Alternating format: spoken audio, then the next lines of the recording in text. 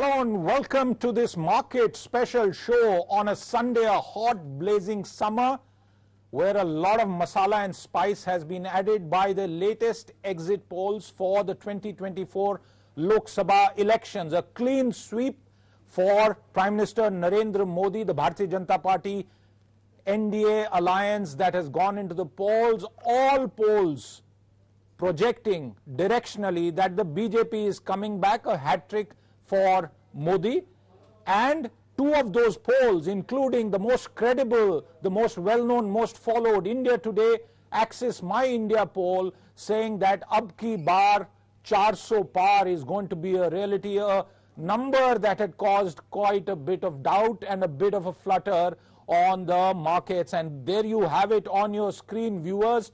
543 seats, and the India Today My Axis poll saying 361 to 401. And if you take a look at all other polls, one thing seems to be a given, that the BJP is coming back, and coming back for a third term, a historic third term, both for the Prime Minister and for the Bharatiya Janata Party. And remember, 400, more than 400 has happened only once, and that happened after the brutal assassination of Prime Minister Indira Gandhi, and that was 414 with a 48.12% share. Narendra Modi in 2019 had got 37.7%, and the polls are projecting that this government will come back with a 40% plus share. And on this show today, on Sunday, a special show where we'll try and get you the pulse of the markets, how the markets are going to open come Monday morning.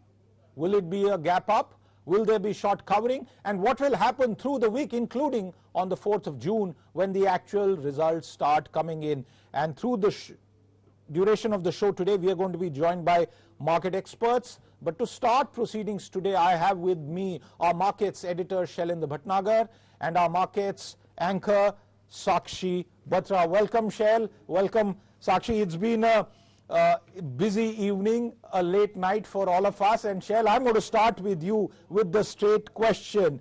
The markets were a bit skittish and a bit volatile through this extended election, and I think the way markets move, we saw a roller coaster of emotions play out on the Sensex as well as the Nifty. Now that we have the exit poll, Shail, what is likely to be the market response come Monday morning, Shail? Good morning, Siddharth. Good morning, Sakshi, and a very, very warm welcome to all our viewers who've joined us on this working Sunday. So let me just begin with the good news, Siddharth. Remember, all of last week, the Nifty was down about 1.9 points, 1.9%, or about 470 points. And now, the moment markets open on Monday, 9:15, it's almost a given that you will see a gap up. The all-time high on the Nifty was about 23,110. That's most likely taken out on Monday itself for two reasons. One, the market was very, very light, and two, there will be an intense amount of short covering from our foreign friends who've been missing in action on the long side. So those gentlemen would be covering their shorts. There'll be a fresh round of buying because the depth and the extent of the mandate is fairly high. So you will see most probably over Monday or Tuesday the all-time high being taken out, and then there will be a euphoric blast on probably Tuesday. So parabolic trends for the Nifty over the next 1 or 2 days. That is what the basic assumption is that I have. So quick question to Arun to start with. Ab ki baar 400 par kitna hoga Nifty or Sensex par? That's a nice one. And I want to take you back 5 years when in the 2019 election, you had pitched me with all the Delhiwalas, political experts, and asked me, what's your take on the BJP? That, Absolutely. So I came out with a number of 330 for the NDA, and all other people in the hall went wild. And fortunately, I was in Bombay, they were in Delhi. Otherwise, I'm sure I would have been out of the window. Coming back to your question, Well, 400 is a number which we will know only midway through trading on Tuesday. Uh, while it will have its significance because it was a poll campaign that the Prime Minister had launched. What is significant is the confidence with which they are now approaching this number or close to it. I believe that gives the intent to the market. All the so-called people who are identified as Modi Bhakts, I believe what is important from their perspective is that it ensures that there would be a continuity of policy. The extent of expenditure on infrastructure, on improving the facilities available in the country, whether it is railway, ports, airports, you name it, is not going to stop just because we have reached some milestones. I believe the emphasis on Make in India and some other projects which have helped India grow its GDP, the GST collection, all of this put together is going to ensure that we stand on a positive wicket as the third innings unfolds. How do you see the markets now from the macro point of view and also over the medium to long term, 3 to 5 years? Siddharth Sahab, Sakshi. Basically, like you said, Sahab, this is a moment not just from the next 3-4 days perspective, 5 days. Of course, those are going to be very interesting days. If you reflect back from 1999, those are interesting days. I think three things which will happen, and those were important to happen. One is there was a formation of a paradigm shift between debt investment being moved to equity. So the continuity of the government was very critical for this momentum to continue. See, India has about 800 lakh crores of household savings, out of which 3.2% is in mutual funds. 3.2% is in direct equity by individuals. If only 6.5% of the total household savings is in equity, then you needed that kind of momentum to continue. So that will continue. That's point one. Point two, I personally think the first 3 or 4 days could be about the largest stocks. But I'm now reasonably confident that the broader markets, which is small caps and mid caps, which continue to rally, will further outperform Nifty. That's point two, because India has very little free float in these segments. 2.5 lakh crores is there in small cap funds, and that's very small amount. That's 0.3% of India's household savings. So there is very little free float available of small caps, especially in India. So there is going to be re-rating again upwards. Of course, there may be astronomical valuations in some stocks, but that will continue. That's point two. Point three, I think the capital market infrastructure will get a larger emphasis this 5 years. Okay. So these are the three important things which I believe will shape the next 5 years. So I would not be surprised if Nifty delivered 12 to 14%, and the broader market delivered 3 to 4% more over the next 5 years compounded, which means that Nifty could double in 5 years, which I think is a great start point for anybody to invest capital. So Feroz, now dipping into your expertise, tell us 3 funds.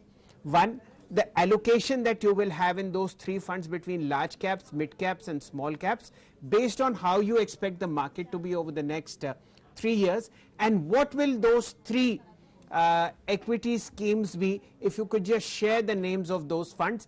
Sakshi and I will ensure that from Monday onwards we will dissect those funds in great detail, but if the names that you can share. Yes, Shailji, like you rightly pointed out, what happens is direct equity is, for most people who don't do this as a profession, is not needed. When we started analyzing top 10, top 100 broking clients of ours, transaction-wise, how many are beating Nifty, how many are beating counterparts of mutual funds, you would be surprised 91% of direct equity investors as well, not just traders, underperform the mutual fund basket which we recommend. Because most people who manage their money, they see the winners. Psychologically, your mind tells you to see winners. And the ones which are down, you're always worried. And you will say that, yeah, aa jayenge upar. So point one, I really propagate mutual funds from a sleep easy, still make 15-17% kind of compounded return. Of course, now you're very curious to know which are my 3 schemes. So I'll probably give you a little offbeat because we are in the process of redesigning our model portfolio every first quarter of a financial year.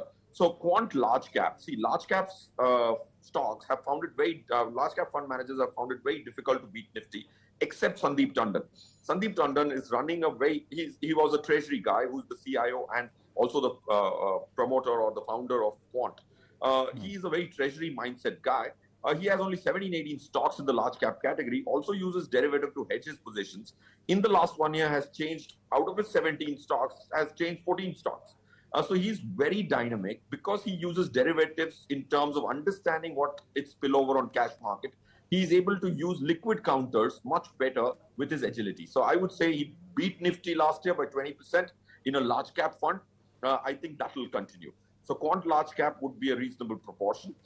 In the mid cap category, again, little counterintuitive it may sound, Kotak Emerging Equities Fund, Pankaj Tibrewal left that fund.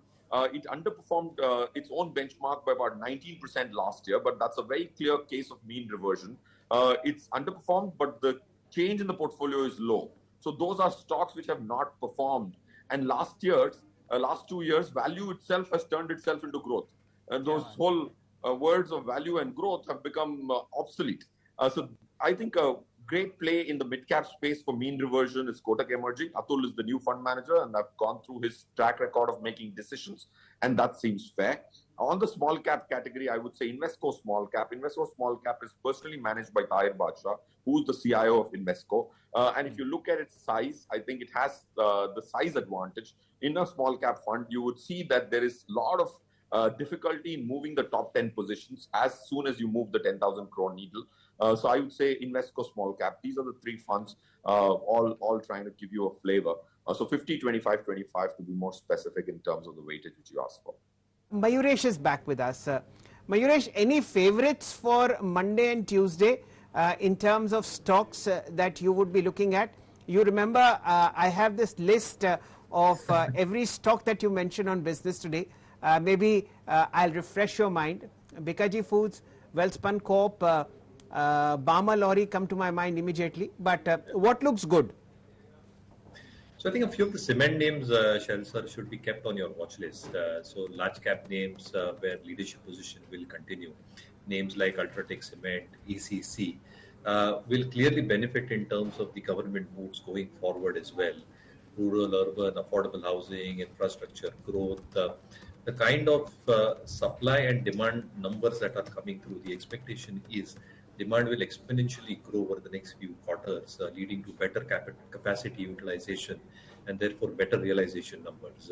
Even if input costs move higher, that will be passed through because of the increasing demand, reflecting in better EBITDA numbers and a better EBITDA per ton number as well. So I think a few of the cement names should be definitely on your radar. A few of the power ancillaries is also something that we continue liking. Obviously, the huge play that is expected to happen in terms of data centers, in terms of expectations of the flue gas desulfurization equipment, which needs to be incorporated before March 26 as the final deadline. There's a 1 lakh crore market out there. So I think any declines on stocks like Powermech, Techno Electric, HPL Electric, which is also a huge proxy in terms of smart meters, wires and cables, can do well. A few of the banks are expected to do well. So I think some large cap names that should be on your radar, ICICI Bank, State Bank of India, should definitely be there. And obviously, I think a few of the discretionary stocks, which might be a few of the auto ancillaries as well, which can show a bump up. So I think the whole market will probably move, Shelji, but I think a few of these names where earnings should also hold up can be looked at. We've also discussed some of these infra names that Mayuresh has talked about. What about the large conglomerate-related stocks, Tatas, Ambanis, Adanis? How are those likely to perform over the next 4 to 5 years? Will this space be an important one for you to deploy fresh money? Would you advise that? A very good question, Sakshi, and I believe you've hit the nail on the head. So the money comes from the people who have the money. So one of the third name that you took, Adani, was down and out for literally 12 months. He's bounced back. People are talking of green energy, hydrogen as the buzzword.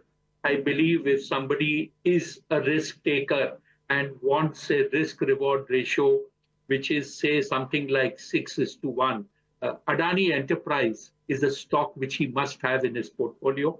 All that the stock has done in the last 12 months is come back to levels where it was when the FPO came. The entire rally over the last 15 months has skipped this stock as such. I believe this is a stock which one should look at. If one looks at individual areas of or counters where one would be bullish, I like stocks from the housing finance segment. So something like a PNB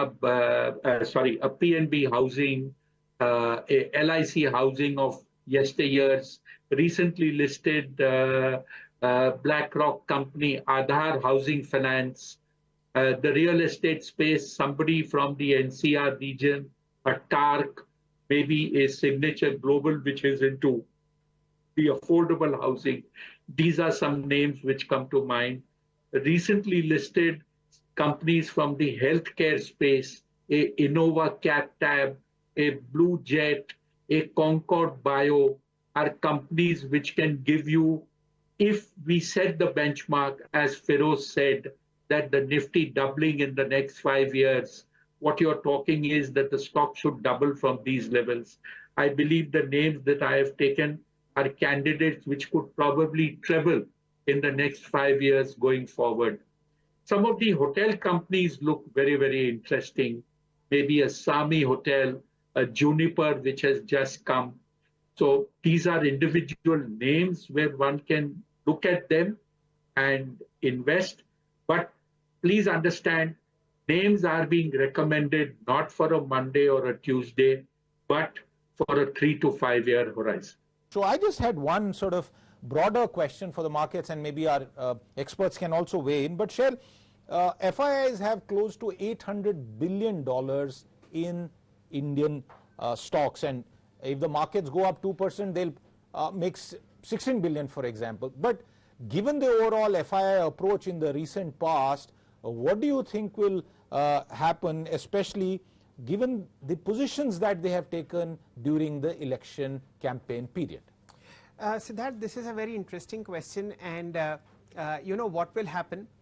This 23,110 that is most likely over the next 1 or 2 sessions will happen because of intense short covering by our foreign friends. You see, they've missed this rally, and if you look at how FY24 shaped up, the FII investment in India was the lowest in the past 5 years, and this is a time when Indian equities have probably made the best money in the shortest possible duration. So the fear of being missed out will be felt across the investing world in Southeast Asia, in the Middle East, as also in the Western economies. These people are likely to come up with bagfuls of dollars and buy into Indian equities as ferociously as they sold in the month of April and all of last year as well. So I am actually banking on the fact that DIIs and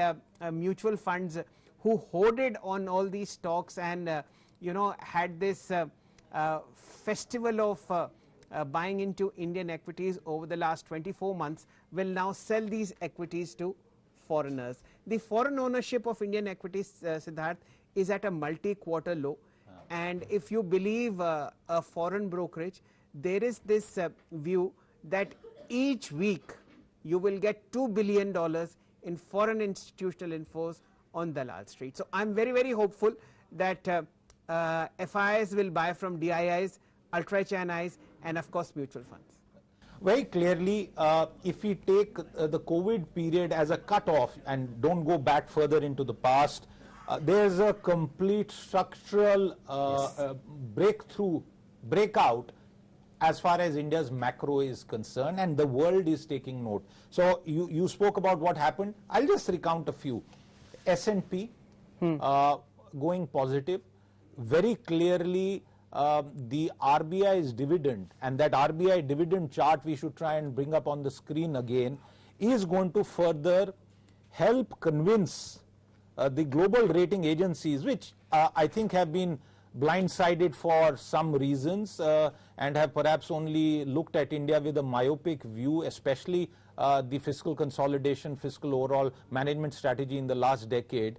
And now they will be forced to look at India afresh. That's point number one. Shell, just as domestic investors whose love with fixed deposits is perhaps now waning and they are moving into equity through the sip by sip route, taking sips of tea, as far as mutual funds are concerned, I think there is going to be one change. That's just SNP.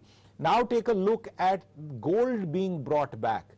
Many of you might say, what is the direct correlation with the market? Some who know the subject might try and go into deep details with what will happen as far as Forex is concerned. But what's the broader message? The broader message is of India and how much it has transformed in the last three and a half decades. And that will set us up, Shell, because we are running out of time, for a budget which will now be looked at very, very closely. After the political stock exchange numbers are done and dusted on the 4th of June, a month later or thereabouts, 4 or 5 weeks later, we will see a big set of numbers which, according to me, will be the fiscal roadmap for the next 5 years of Modinomics. Already we know that the government secretaries, special groups of secretaries, have worked over the last 2 months on what is promised to be a 100-day agenda. And in fact, Prime Minister Narendra Modi, in his interview to the India Today group, had spoken about going not just within that 100 days, but also a special package for youth. So the next 3 to 4 months, beginning with the budget and perhaps even earlier, are going to be action-packed as far as the government's roadmap is concerned. And you will therefore see greater clarity in terms of, for example, the PSU pack, the banking pack, the infrastructure pack, and other areas where the government's dominance in many sectors still influences the direction of stocks. Share. Siddharth, let me just end this show on a wonderful note. This is data sent to me by Mayuresh just now. The latest number for UPI transactions for the month of May is now at 20.45 lakh crore rupees, Siddharth. This is up from 10 lakh crore rupees in May 2022.